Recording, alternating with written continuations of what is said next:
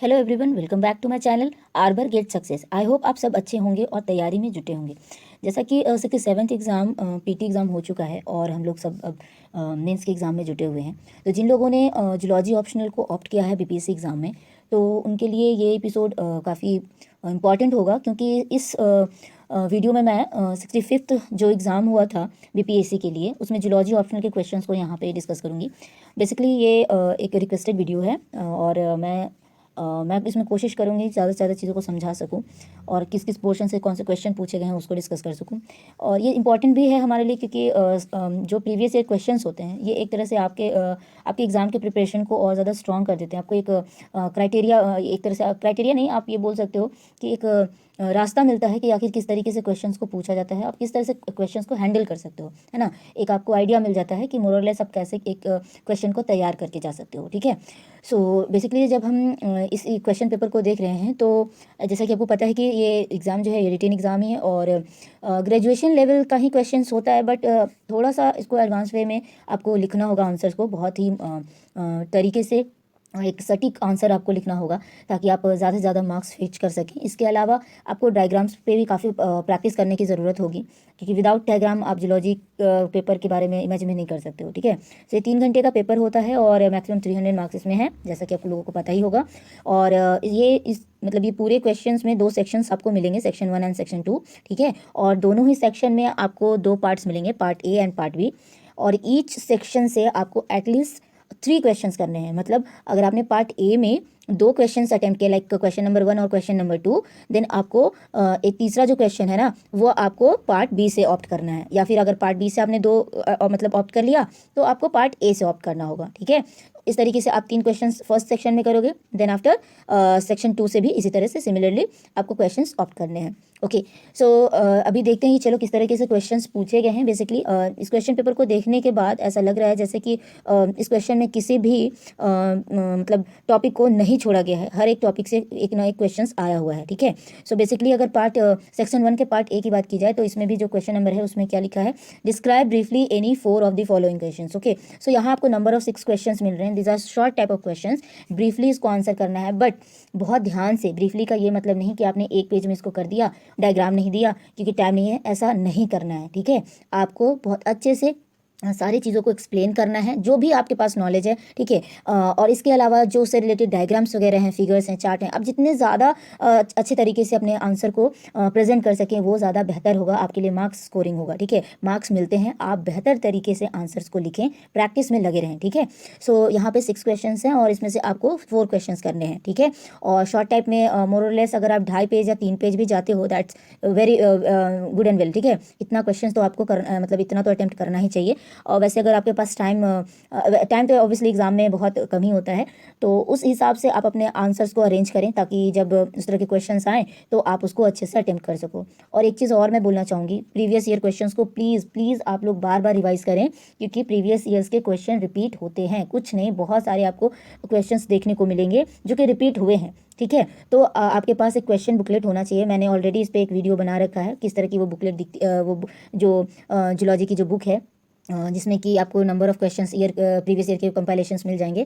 आप उसको परचेज करो। अगर जिनके पास नहीं है, जिनके पास है बहुत अच्छी बात है, आप उसको लेकर के रखो नहीं, आप उसको प्रैक्टिस करते रहो, ठीक है। नंबर ऑफ क्वेश्चंस देखो किस तरीके से कौन कौन से क्वेश्चंस रिपीट हुए हैं, है ना, कौन से पोर्शंस ज़्यादा पूछे गए हैं, ठीक है।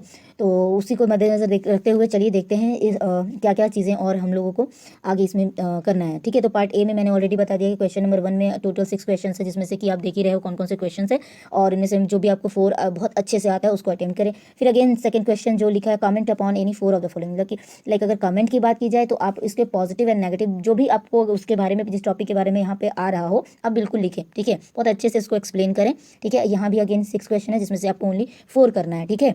And then after you can see here कि नंबर 3 जो क्वेश्चन है, give an account of the following, like poisonous and non poisonous snake के बारे में दिया है। क्वेश्चन नंबर बी जो है, aerial adaptation of the birds दिया है, ठीक है। तो इस क्वेश्चन में आप देख रहे हो कि ये 3 नंबर जो क्वेश्चन है, इसमें 2 क्वेश्चन है। अगर आप दोनों अटेम्प्ट करते हो तो आपको एक अच्छा खासा आंसर लिखना होगा, ठीक है, क्योंकि 3 नंबर में 2 क्वेश्चन है, ये काफ़ी लॉन्ग क्वेश्चन में जाएगा, ये शॉर्ट टाइप क्वेश्चन नहीं है, तो इसको बहुत अच्छे से एक्सप्लेन करना होगा। 4.5 या 5 तक अगर जाता है आपका तो बहुत अच्छा है, जितना अच्छा अच्छे से आप लिख सको, ठीक है। इसके अलावा चीज़ों को बहुत मतलब जिस तरह से जितना अच्छे से एक्सप्लेन कर सको आप, ठीक है, वो बेहतर होगा। एक भी एरिया छोड़ना नहीं है, लाइक कोई भी टॉपिक का अगर जो भी पार्ट आपको आता हो ना आंसर में उस वक्त याद हो, बहुत अच्छे से उसको डायग्रामेटिकली अच्छे से एक्सप्लेन करें, रिप्रेजेंट करें। Now come to the part B. So part B में क्वेश्चन नंबर 4 जो है वो यहाँ भी 2 है, ए एंड बी दिया हुआ है, abiotic factors and bio geochemical cycle. तो देख रहे हो इन्वायरमेंटल का टॉपिक है, आप बहुत अच्छे से इसको करना, ठीक है।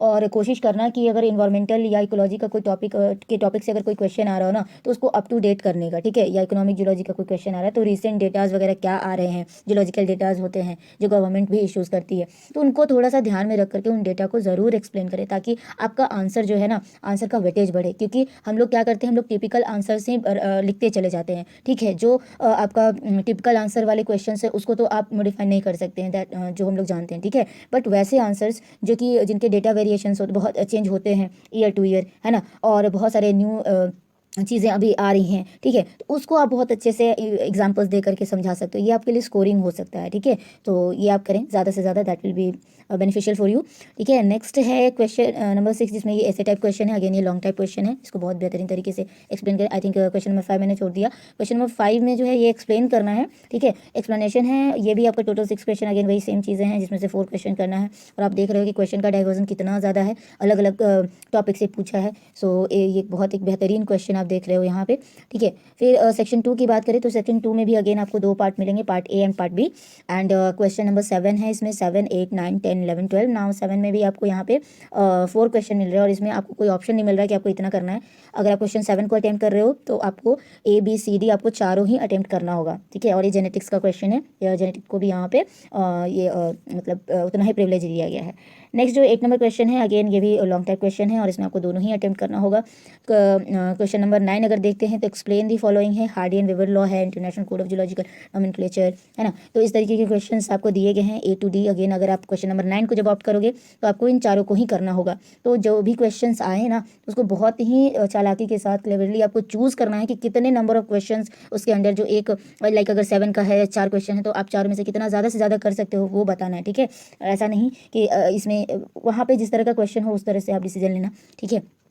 नेक्स्ट है पार्ट बी में। अगेन पार्ट बी में आपका क्वेश्चन नंबर 10 में explain briefly of the following है। अगेन इसमें चारों ही आपको करना है। Then explain briefly 11 number question जो है वो एक्सप्लेन ब्रीफली एनी 4, इसमें से आपको 6 दिए गए हैं, इसमें से 4 करना है।